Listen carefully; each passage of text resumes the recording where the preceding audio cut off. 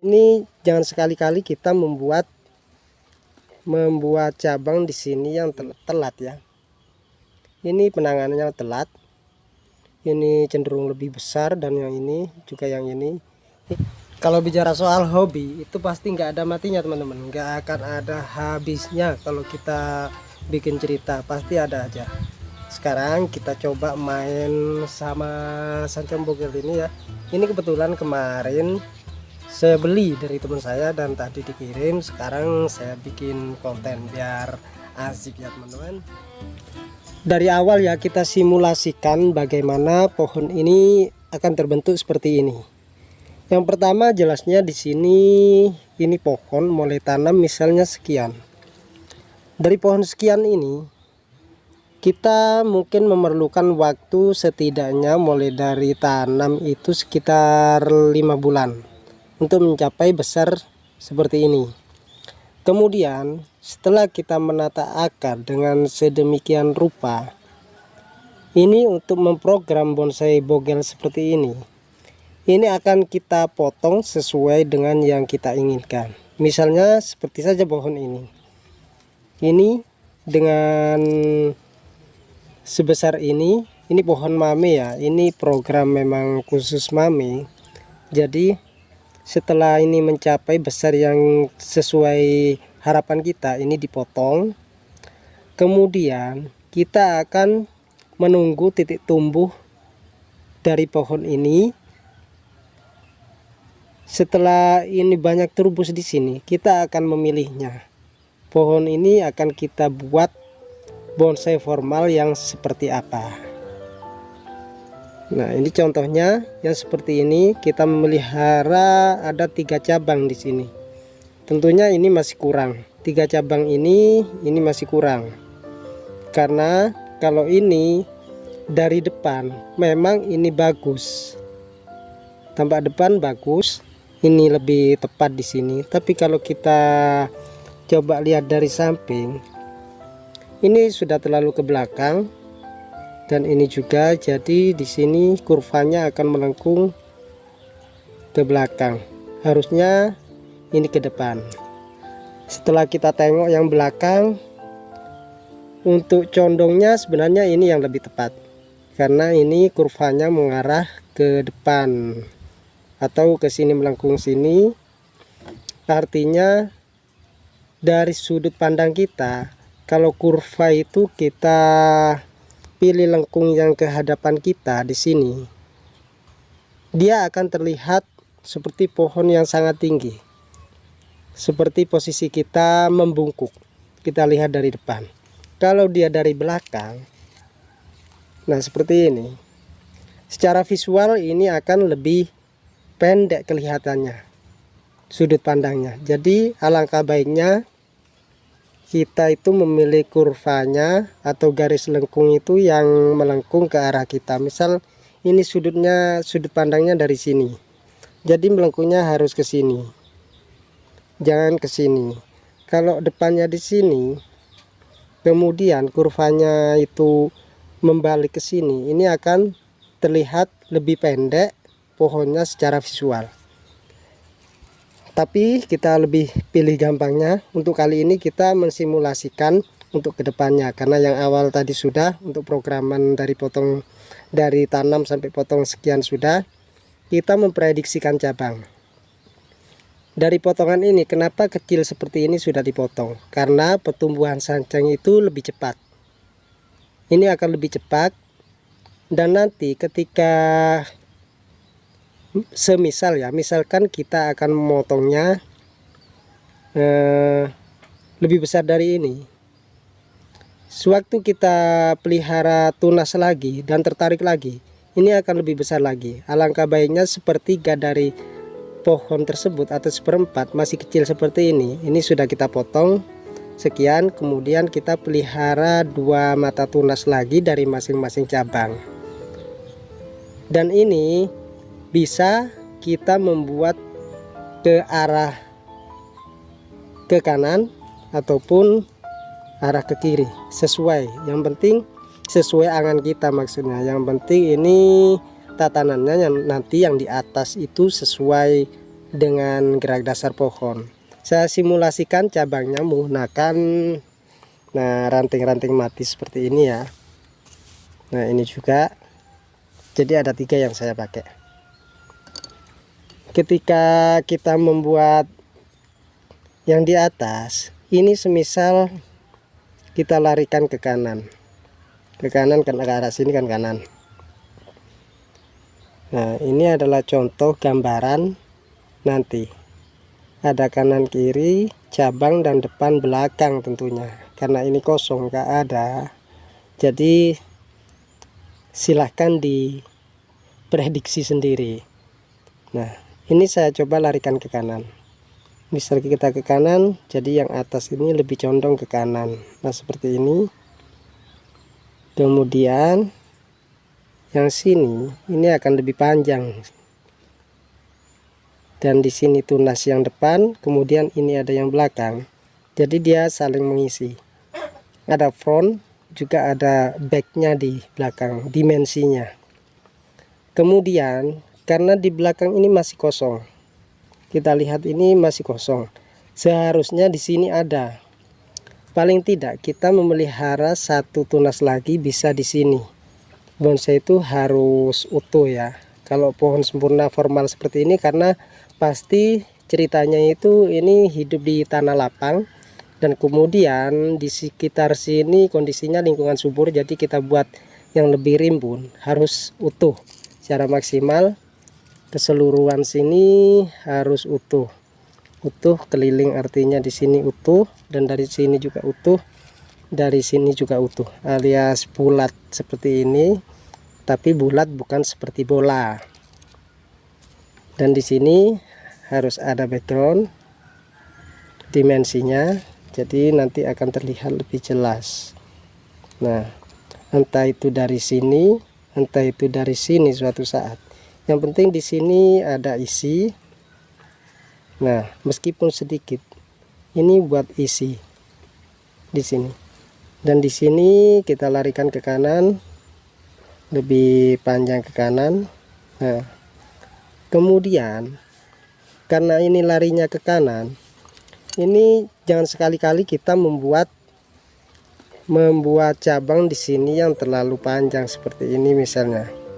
Karena larinya sudah kanan, di sini cukup kita membuat balance aja sedikit saja. Nah seperti ini, cukup sedikit saja, misal segini. Nah misal segini ya. Nah misal segini, otomatis di sini harus lebih panjang dari sini, karena kita membuat arah ke kanan, dan ceritanya di sini dia akan mengejar sinar matahari lebih condong ke kanan, ataupun di sini ada sumber mata air, jadi dia mengejar matahari dan sumber mata air di sebelah sini yang lebih dominan. Kita arahkan ke kanan, di sini cukup sedikit aja buat balance di sini, dan lebih panjang maksud saya panjang ke sini. Dan ini cabang kita condongkan ke kanan. Nah seperti ini. Jadi simulasinya cabang itu seperti itu. Kita alangkah baiknya setelah cabang pertama itu akan ada cabang kedua, masing-masing peliharalah lebih gampang, gak ribet ya. Itu 2 mata tunas ada di sini, dan ini belakang, ini sudah ada di sini. Kita nunggu tinggal yang sini. Nah ini nanti, nah, semisal ada cabang yang biasanya disebut dengan menyolok mata, misal ini ya. Nah seperti ini, kadang di sini ada yang gini. Itu kuncinya ini jangan dihilangkan, alangkah baiknya, karena pohon itu pertumbuhannya pasti merata. Tidak mungkin pohon itu yang di depan ini kosong sampai atas, itu tidak mungkin. Pasti di sini ada kisi-kisi alias gangguan di sini, sedikit-sedikit saja itu akan lebih bagus, akan timbul kesan natural yang cukup kuat. Jadi kita kalau misal ini ya, nah misal gini, nah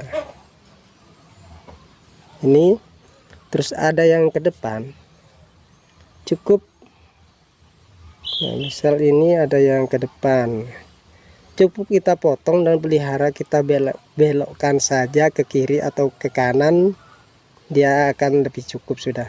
Dia akan lebih elok lagi, jadi nggak terlalu kosong. Tidak mungkin pohon di alam itu dari bawah sampai ujungnya itu di sini harus tidak terganggu dan kosong semua sampai ujung, itu tidak mungkin, pasti ada gangguan.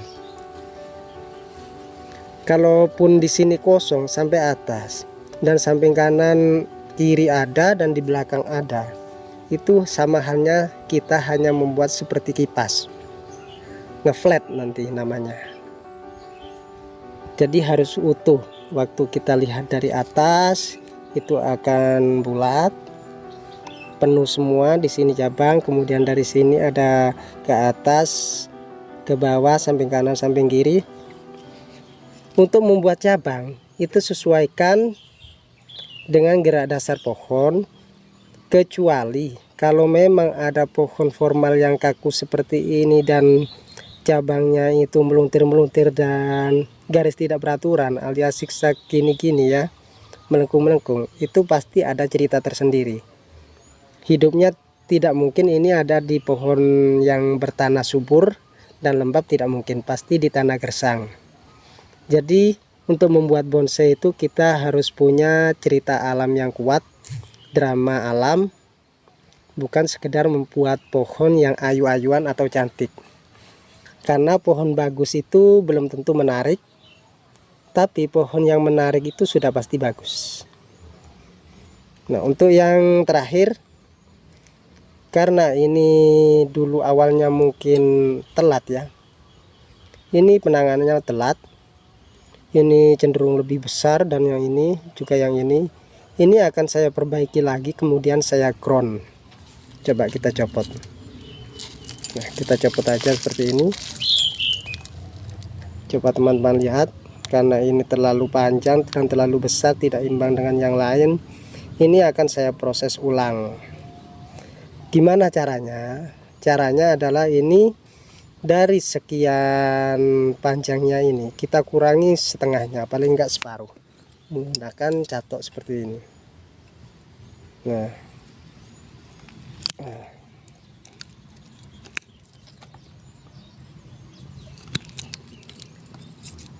untuk sancang jangan khawatir mati ya, karena ini pertumbuhan akar sancang itu lebih cepat.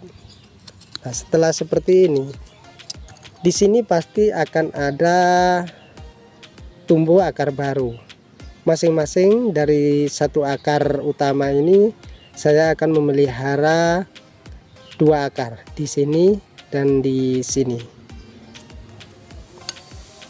Dan ini juga, nah seperti ini kondisinya, seperti ini akan sangat mengganggu dan terlalu besar, akan saya potong juga.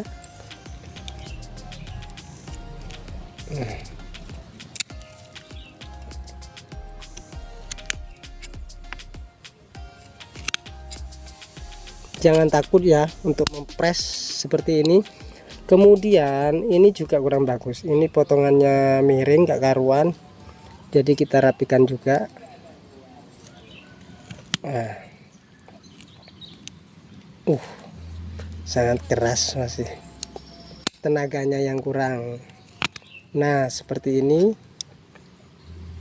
Untuk yang ini saya kurangi aja bagian ujung sini. Nah seperti ini, karena saya butuh pembesaran untuk akar yang bagian belakang agar berimbang dengan ini, saya akan los dulu bagian belakang ini, saya biarkan dulu buat kehidupan nanti, untuk menghidupi pohon ini supaya semuanya nanti akan imbang. Dan yang ini paling enggak ini butuh setengahnya, ini sudah cukup, dan ini masih kurang. Nah segini. Dan kondisinya sekarang jadi seperti ini, nggak apa-apa, lebih pendek seperti ini nggak apa-apa, yang penting nanti hasilnya untuk ke depan ini lebih bagus daripada sekarang. Harus berani kita ya menentukan konsepnya mulai dari awal, supaya nanti hasilnya akan maksimal. Setelah nanti kita tanam lagi seperti ini, nah ini akan kelihatan lebih bagus. Nanti di sini akan ada akar baru lagi. Secara tidak langsung ini akan menambah kesan pohon tua lagi di sini, karena akar semakin banyak itu semakin bagus percabangan akarnya. Nanti di sini juga akan ketarik. Dan ini bagian ini harus menutup, paling enggak terlalu sempurna. Yang penting ada bekas lubang di sini sudah bagus, enggak terlalu utuh. Itu juga menambah kesan tua, bekas potongan-potongannya. Nah seperti ini enggak harus nutup semua. Jadi sampai di sini ya teman-teman semua, semoga bermanfaat dan mohon maaf kalau memang ada yang keliru dari saya.